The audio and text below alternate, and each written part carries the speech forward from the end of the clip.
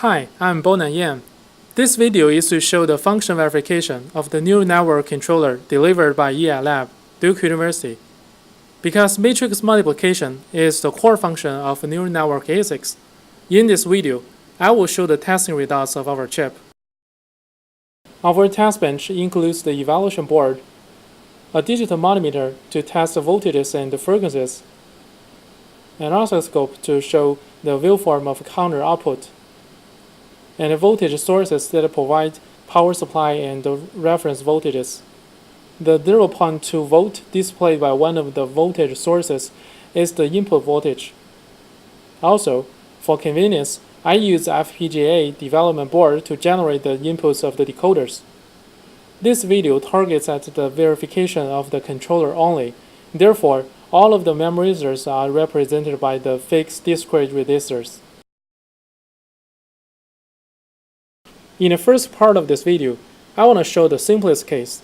There is only one input and one resistor.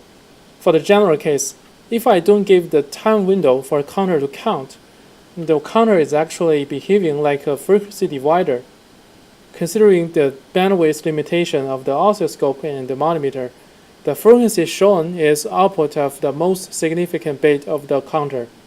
In other words, the frequency of the output pulses from the integrated amplifier circuits is divided by 256.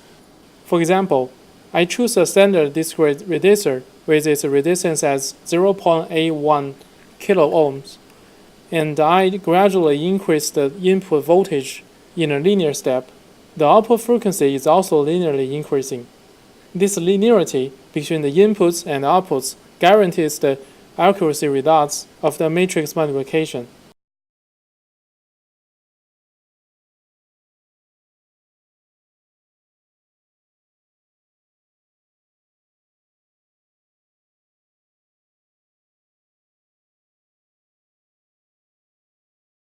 And this figure is the result that covers the input current up to 0.5 milliampere. This process can be characterized with the equation that voltage times the conductance equals the current. In our controller, there is a conversion coefficient that converts the current into the output pulses. Consequently, the computational results is represented by the output pulse frequency.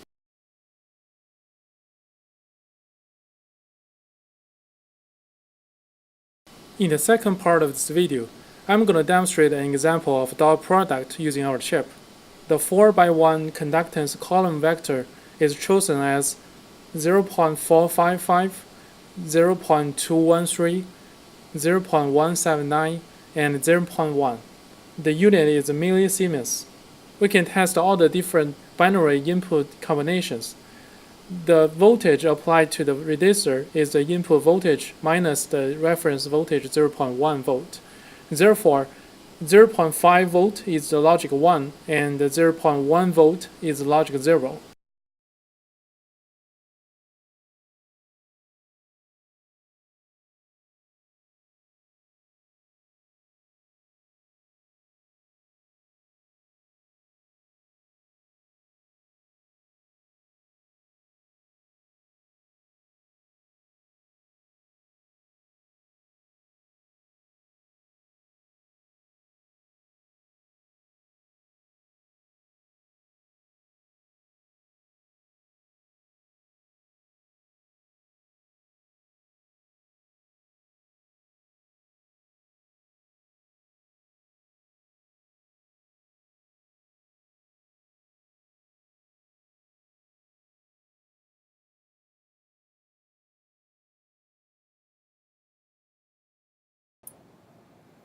With the results recorded, the scatter plot combines the case of dot product together with the case of single input and single resistor. It shows that results solely depend on the input current, and the results of the two cases are constant, which is the same with our expectation. The histogram on the right is a distribution of the error in percentage.